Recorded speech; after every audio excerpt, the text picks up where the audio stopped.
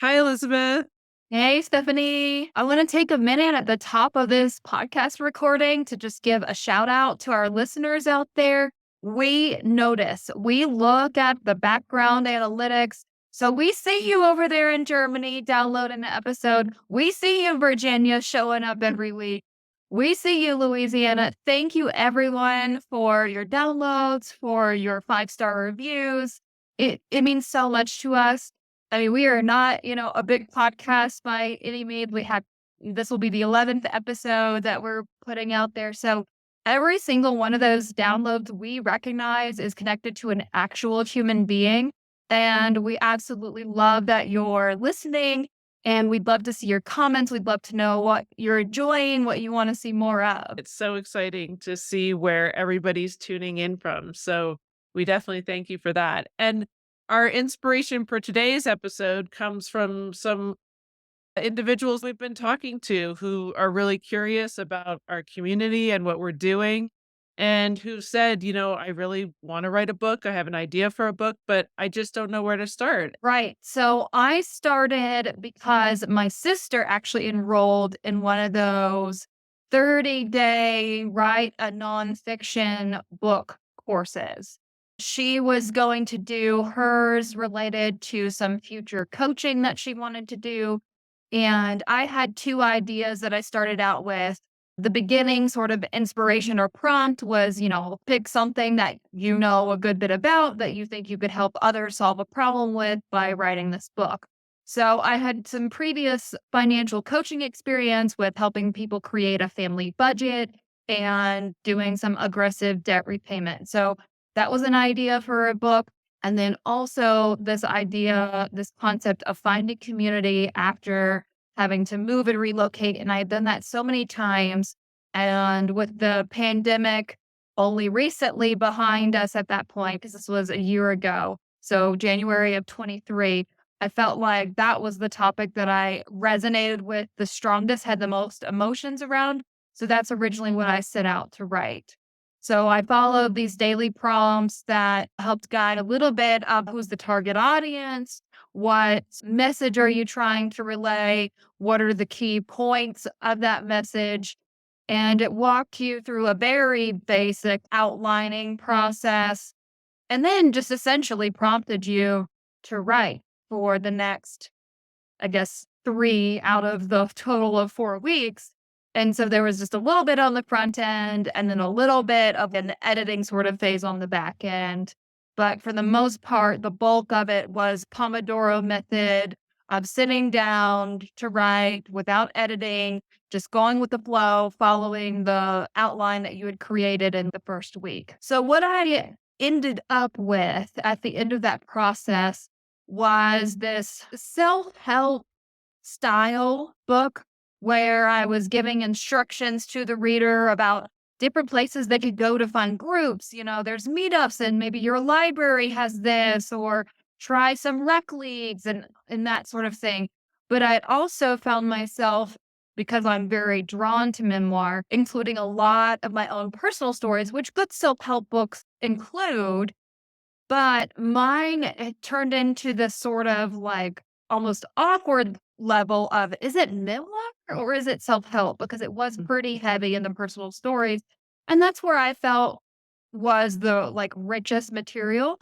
And even when I ended up sending it off to an editor a few months later, because it did not just take me the 1 month to write, even just to get through my outline, I think I was writing solidly like hours and hours each day through the end of at least February, and then I spent March editing it, and then I sent a little sample portion off to an editor that I was looking to hire at the end of March and early April. And from the selections of the chapters that I had sent her, she had given me the same feedback that I already was sensing of, this is a very difficult line to walk. It probably needs to go all self-help or all memoir, or at least more strongly self-help or all memoir. And that's what I was feeling too, because as I was even selecting what to send her, I really resonated strongly with the chapters that were full of my own personal experience and stories and had the heart and the emotion in them. And I was really feeling uncertain and less confident about the writing that was more of the self-help genre. So I ended up essentially, fast forward, scrapping all of the self-help stuff, pulling it totally out. Maybe I'll use it in some sort of handouts or something of, the 7 F's for finding community or whatever I create in. I forget the specifics. So maybe it'll show up in some other way, but I took it 100% memoir. And then so much of life happened after that point that changed the overall structure of the memoir. So at this point, I would say less than 15% of that book is what I originally wrote in January and February through that 30-day quote unquote writing process. While that may have a place if you're just trying to crank out a book that is just the figurehead, the pass out material to draw people to, some sort of coaching or other business model, I do not recommend it for any sort of literary esque genre, whether that's memoir or even a good self-help book that it does more than just promotes, your one-on-one coaching or something of that nature, and certainly not fiction. I can't imagine. I mean, literally, the outline was created in one day. There's no way that you can create an outline for your fiction novel that is engaging and well thought out in one day, unless you have spent a huge chunk of time ahead of time letting it live in your head and percolate. Have you seen those, Stephanie? And what are your thoughts on those 30-day programs? Well, I'm definitely in total agreement with you. It's so funny because we were talking about this the other day. I mean, I see it all the time, of course, with the algorithm in Facebook and so forth, because of all the searching I'm doing about writing and following writers, that all those ads are always popping up. And I just think I can't even believe that anyone can really do this and do it well. Because I know even with my first book, which is nonfiction that I published myself, it actually took me 4 years to get that project out the door. And not that I was working on it every day for 4 years, but it just shows that sometimes things just have to take time because you're going back, you're editing, you're tweaking, things change. Even like you said in your memoir, life changed and it changed the trajectory of what you were writing. And so different things change over time. And I really struggle with all of those promotional pieces for programs that say, write your book in 30 days, write it in 60 days. And I think that that's why there's a struggle in the market between people's perceptions of self publishing and traditional publishing, because unfortunately, with the self publishing, there is an element of saturation with people who just crank something out and publish it. And they're like, look, I published a book. And really, I mean, here in our community, we're here to support you and guide you. And we want you to have a high quality finished product. We're not here to push you and make you write faster than you can imagine or make you think that you have to have a timeline or a time limit on how long it takes you to write the book. We're here to guide you through a process where at the end you have a book that is of quality. And that's, of course, why for our book club, we're reading high quality books by authors who are proven successful, because that's how you learn. There really is a correlation between what you read will influence what you write. And so if you're reading books that aren't as well edited, aren't as well thought out, it's going to transfer into your writing. And so we're really focused on making sure that it's high quality here. We're here, we have our own standard that we set ourselves. I feel. I mean, we definitely are, of course, even as writers, we're our own worst critics all the time. But certainly in our community, we are very purposeful in surrounding ourselves with people who are where this is what they've chosen to do. They want to write a book, they want it to be high quality. It's not about getting it out the door fast. Right. And these stories are important. I mean, for me, I'm writing memoir. This is my one chance to tell these stories the way that I want to tell them. Mm. And it would feel like a total disservice to rush through that process. And I think we're going to see, as an industry, more of that trend of the under edited, quick idea, kind of style of book writing, especially in the nonfiction. But I know it's Mhm. coming up in the fiction realm too, especially with the proliferation of AI. So you listeners know, Stephanie and I are doing some like background research right now in order to provide some information and do a special podcast episode on AI and publishing and what we might see as far as those trends within this business, within writing and publishing industry. So that is forthcoming, but we want to make sure that we have a good understanding of it ourselves, that we get some outside sources and things so that we can do justice to that conversation. But I think that does fall in this realm as well with all of these, ads and things of, oh, you can write this kind of book and make X amount by selling it on, Amazon, Kindle Direct Publishing, and you could have AI write the whole thing. When it's just not going to be quality, and our stories are valuable. Our ideas are Mhm. valuable. So why not put the effort and the work in to make it beautiful? You have one chance to tell this story, fiction or nonfiction. You have one Mhm. chance to dream up these characters and give them the life and the plot line that you wish for them. Exactly. I think that that is such a good point about AI, and one of the things that, like you said, your voice matters, and really the human element is missing when you think about something from a computer. And so we really value your voice. And when you think about if you're wanting to start a book, is to take a moment and think about what is the story that you want to tell. And I'm sure many of you probably have a lot of different stories you want to tell. And I know for me, I wrote a lot of nonfiction for a long time. I taught writing at the middle school level, and I did some at the college level as well. And I've written academic papers. And so my voice is a particular way in that style of writing. And now, after doing so much of that work and being part of a writing group where I kept listening to a lot of fiction, and I thought, that's sounds really interesting. And because I was reading a lot of contemporary romance, I thought this will be an interesting genre for me to try. And it's definitely true that as you're thinking about, well, what is the book that I'm meant to write? What's speaking to you most often? What is the story that won't leave you alone? And the romance piece kept coming back around to me, even though when I was working on my nonfiction, and it kept coming around, and I had a lot of self-doubt around it because of course it's not what I'm used to writing.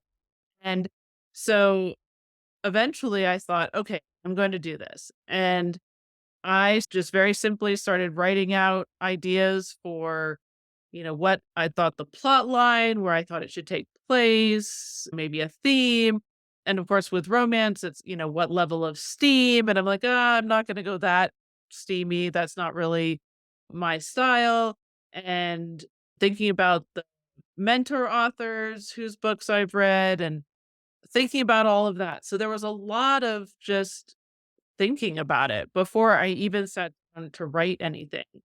And the first thing that I wrote was a act 1, 2, act 3 style outline where, okay, this is what's happening in the beginning, act 1, beginning, middle, and end, 2, beginning, middle, and end, act 3, beginning, middle, and end, and thinking about, well, what's the meet cute?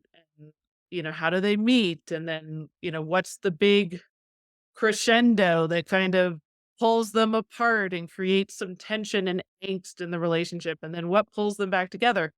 And in my process, it's been really interesting because I had one storyline going, and then partway through, I was like, that's not really working for me. And I kept finding myself getting stuck. And so then I took a different turn and pulled out a character that didn't fit, put in another character, and so it's really a constant ongoing process. But the really cool thing that I was thinking about this morning as I was thinking about this podcast was our time to write sessions in the community have been so pivotal for me in getting writing done. And I know that that's probably one of the pieces that might be making you hesitant to think that you can even start is you're thinking, I don't have the time. And what we've both found is that scheduling the time and making the time is what helps to get the process started. Exactly. Like we had someone come into one of our time to write sessions the other week, and she's working on a memoir. And even though she doesn't have the stories outlined that she needs to write for her memoir, knowing that she's writing memoir, she was taking something that happened more recently and essentially writing it in her journal, which for memoirists is like a precursor to your rough draft. And so she wanted to capture those emotions. She wanted to capture her current state of being. And so she used that time to write to do that. And like you're saying, I mean, any time you practice writing is working towards, your book. I had a couple other thoughts too. With the whole description of like the act one, act two, act three, I know that there are kind of standards for each genres, and you can find those sorts of things online as far as this is kind of the ebb and flow of a contemporary romance. Here's how a murder mystery is going to be laid out because you're going to first figure out who died and who your amateur sleuth is, right?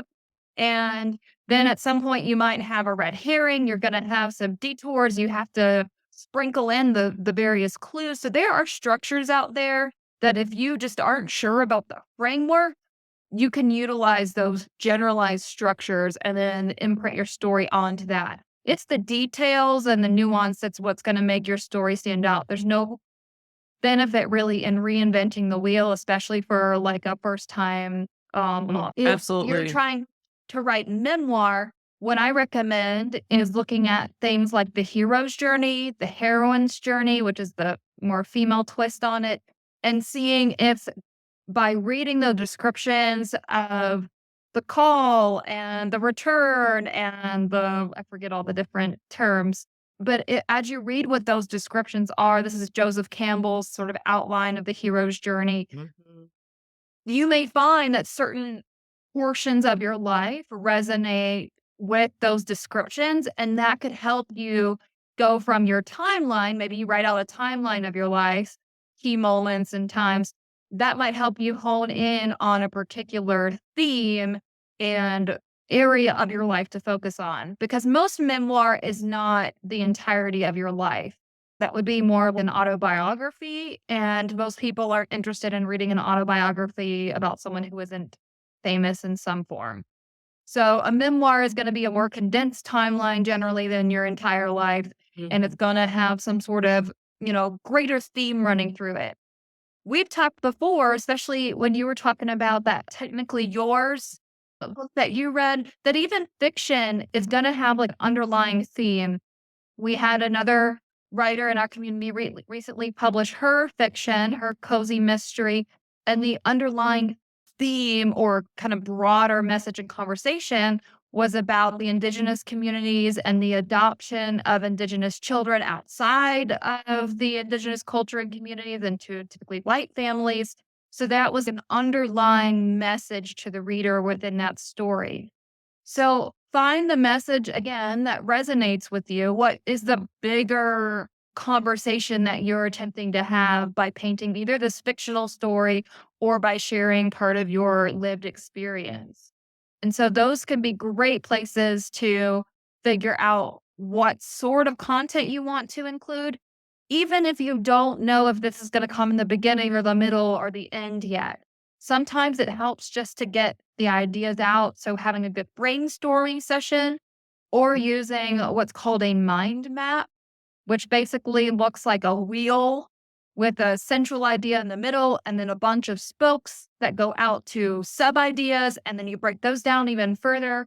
That's a great way to take a very complex topic, for example, like loneliness, which is what my memoir addresses. And then I could break it down to my high school days. And here's some examples of how I experienced it here. Or finding community was easy in college. Why was that? Oh, because there was all this structure and you had kind of built in, friends between your roommate and your classmates in your same major. And so you can take a singular concept and just brainstorm out the ideas. And that's going to help you come with at least some structure for the outline. But at the end of the day, as Stephanie just you said, you've already changed what the beginning of your story is like. I've shared that my memoir has gone through massive transition. So we can also let go of that writer mindset that we have to have it all figured out in the beginning. And I love that, thinking you're so right that writers sit down and there's this idea out there in the world that somehow when you sit down to write, you're supposed to get it right the first time. It can be messy. You just need to get it out, get it done. And it's so important to think about how you don't have to have it perfect the first time you sit down. We've all made it messy, and that's what it's going to look like when it's on the page. And that's okay. And the best thing is when you set up your space for writing and whatever that looks like for you. For some people, they need a quiet space. Others, they can sit in coffee shops and the white noise of everything going on around them, they can block it out and they can focus on writing that way. It's really important that you figure out what works for you because it's that showing up and being consistent, and nobody is reading over your shoulder unless you're letting them. And nobody is seeing what you're putting on the page unless you're letting them see it. And so really there's an element of privacy to the process as you're figuring it out. And going back to what I was saying earlier, I mean, for me, it really came down to saying to myself, I can do this. I can be a contemporary romance writer. I can put it on my vision board.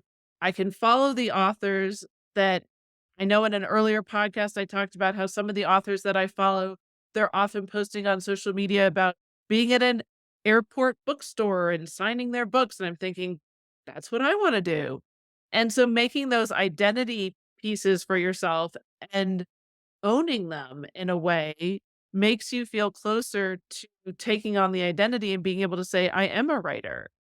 And I think too often, I know in my own family growing up that I was not always the one that was told that I could be a writer. And so I carried that for a while. And then it really wasn't until I was in college, actually grad school, that I found a lot of success with my writing. And I started to say, wow, I can do this. Even though I think back to when I was in middle school and I wanted to write romance at that time and I had ideas about it, but I just pushed those to the side because I was being told it wasn't what I should be doing. And so, listener, I encourage you if you are sitting in a place where you're wondering if you should write the book. If there is a story, if there is an idea that is pulling at you, I encourage you to sit down and, like Elizabeth said, make that mind. Even if that's where you start, sometimes that's the easiest place to start because it doesn't require you to write full sentences or anything. It's just letting words explode on the page of what's in your heart and what's on your mind and seeing what comes from that. And another strategy that comes to mind that I know a friend of mine shared with me is what are the books that you're drawn to? What do you just absolutely love to read? Because if you're feeling stuck, sometimes starting with what do you love to read can help you figure out what you're going to love to write. That's the whole philosophy behind the Read Like a Writer book club, right? That's how we started in January, was each of us reading a book again that we loved to read and then finding things that we could take from each of those books to model within our own writing. I think the part you shared too about how difficult it is to share your early writing with other people is significant. I definitely didn't feel comfortable sharing my writing, even with people who already knew the stories, even with those who lived the stories with me. It wasn't until I found a writing community where I knew that everyone would understand the struggle of putting either the ideas in your head or the story you lived into words, that I started to feel even remotely willing to share my stories with anybody, because there is that fear of the criticism, but it definitely is hard to share with non-writers. There's so much comfort I get personally in knowing that the person I'm sharing my writing with understands the actual struggle of writing, because unless you've tried to take an experience or an idea and distill it down into Mhm. word, it on the outside looking in, it seems so simple, and it is not. It is very tricky in order to capture it to the level that allows someone to read it and feel like they're there with you. That just made me think about what you were saying before about finding a theme or an idea that you can weave through what you're writing and that helps to pull what you're writing together. Because I think that when you're feeling stuck, when you have something like that to go back to, it can really ground you in what you're writing. And I think about that with my contemporary romance and thinking about, well, what do I want to have be a grounding point for my characters and a theme? And I haven't landed on it yet, which is probably different than maybe how others approach it. Right now, I'm really just trying to just get the words on the page and allowing myself not to be a perfectionist as I go, because that's definitely something that trips me up. And Elizabeth mentioned that earlier in the podcast about the Pomodoro method, about setting a timer and just allowing yourself to write. And it is powerful to do that approach because you all of a sudden find that you're in your story and the flow happens. And I've definitely resisted that in the past, but I can tell you, listener, that it has been really transformative in allowing me to just write. And that's when I show up for our time to write sessions, that's what I'm doing is I'm just writing and I'm not allowing myself to edit. And I know there was one session recently where I spent some time going back to my outline because at first I thought I could just write it all and just let it keep flowing, but then I realized I had to go back and give myself some structure for it. But I really think grounding in some type of theme and going back to you mentioned the book Technically Yours, and the theme in that was tying together representing youth in technology and particularly underrepresented youth and underrepresented communities in the tech world, providing mentorship and guidance through a nonprofit. And so that was a grounding point for both of the main characters, having that common connection of that place in the book for their relationship. And so those can be really key elements to integrate and also to connect with your readers because readers have their interests and they're drawn to books and topics and for different reasons. And if they identify as a character in the book, if they're more drawn to it. I was just struck, and feel free to cut this if you want, but I was just struck by this idea that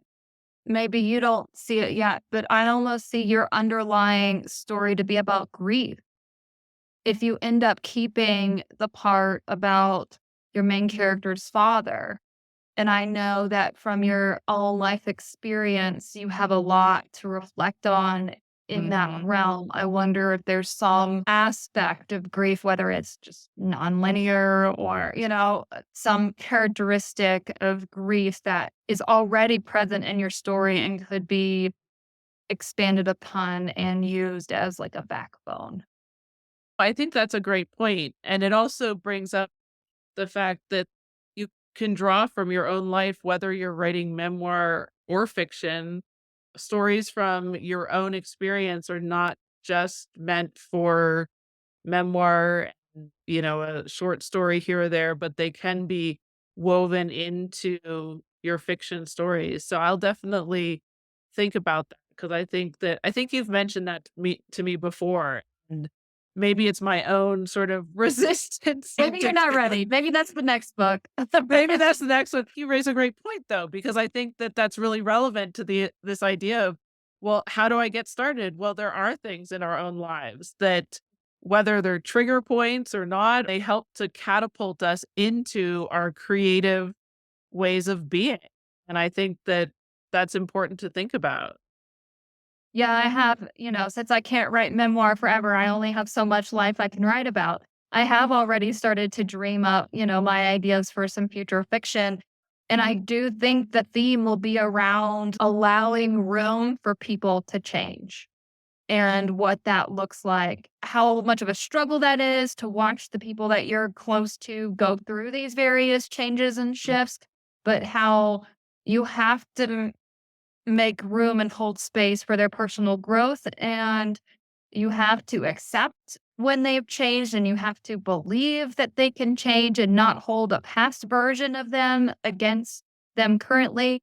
And that just comes from my own experience of seeing how much I've made changes to my own life that not just my career or these things like around me affect how I show up in the world and who I am as a person and how I engage in relationship with others because of past hurts or the healing I've done or any of that. So that's another example of how you can take sort of a deeper underlying message and then turn it into a whole plot line. So I could take that concept and then decide, okay, what kind of changes do I want this character to go through? Okay, how is that change going to get rejected or pushed away or denied? Okay, and that's going to create my tension and my conflict.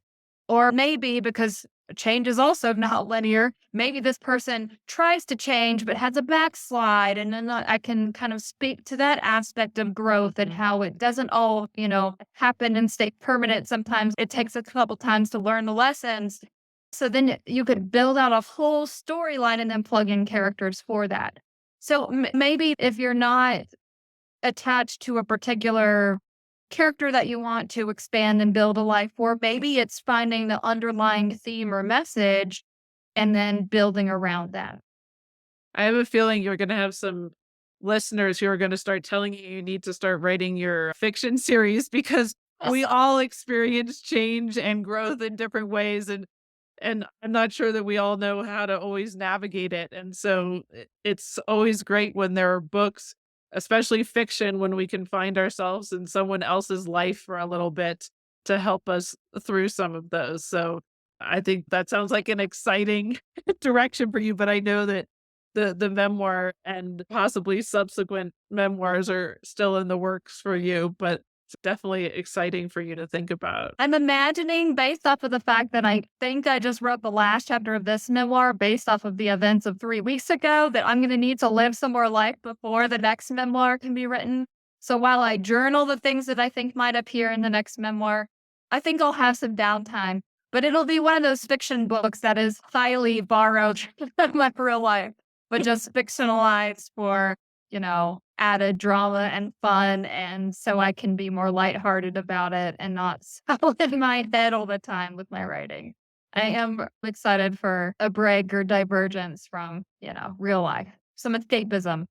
Oh, well, absolutely. No, I agree with you, because I find that it's been so much more fun for me to have a break from my nonfiction work that related to my previous business and just even my academic work and everything, because I feel like it's freed up space for me to have more fun with my writing, which I hadn't always thought of having fun with it. And I think not being so critical of myself. And that's hard. I don't always like to be in the spotlight. I don't always like to feel like everybody's eyes are on me, especially even when I've shared in writing group, there's always a little bit of anxiety, even though I know I'm in a group of people I trust and value feedback and everything. But these are all real things, all these emotions and feelings around writing that we all experience. And we're here to normalize that for you listeners and writers.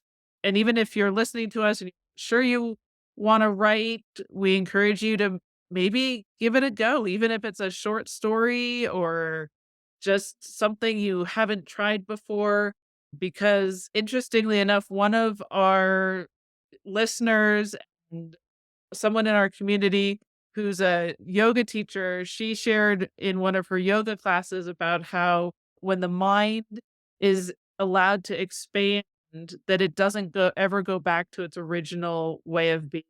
And so when you allow yourself to have a different way of thinking about something or a new experience, that you've already changed yourself in some way. And I just really held on to that thought because it made me stop and think about when I've had resistance. But then when I've crossed over that resistance in some way, I've learned something, I've gained something. And I think as writers, I think we can take that with us to heart.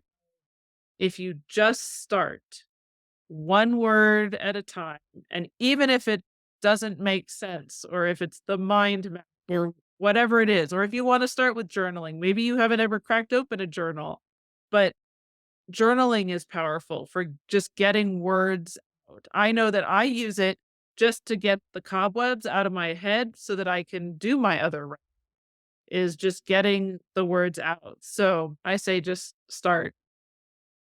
Well, and you're so great, Stephanie, because of your prior work in helping people write their personal statements and distilling down in what, like a page or two, whatever the limitations are, the essence of who they are and why that makes them a qualified applicant for this college or this grad school.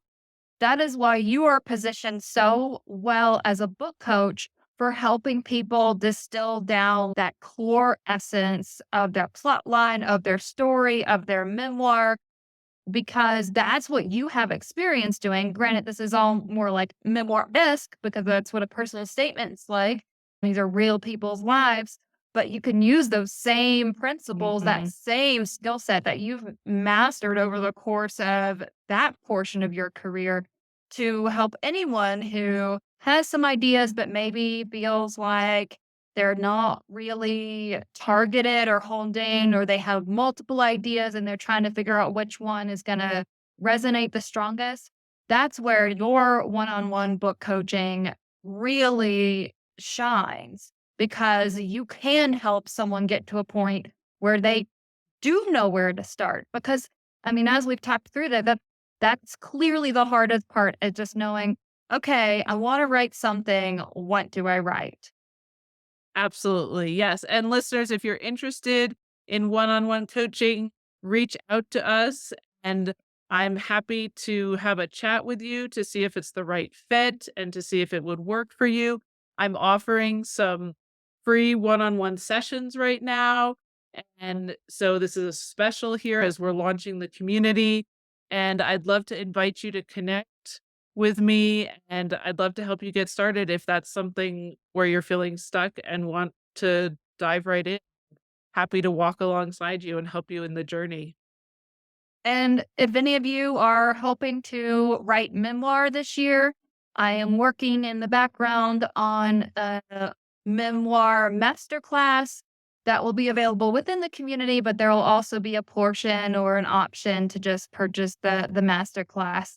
And that will be basically more detailed information on how to start walking you through the hero's journey and mapping out your own timeline and identifying what theme of your life you're going to focus on within your memoir and how to get started with that. So, if you are wanting to get started, just know we have some resources available now and also coming your way. And we want to hear your ideas. Please comment. Please let us know what it is you're working on or that you'd like to work on. We get inspired by your stories too, just as we hope that you get inspired by our ideas or our current projects.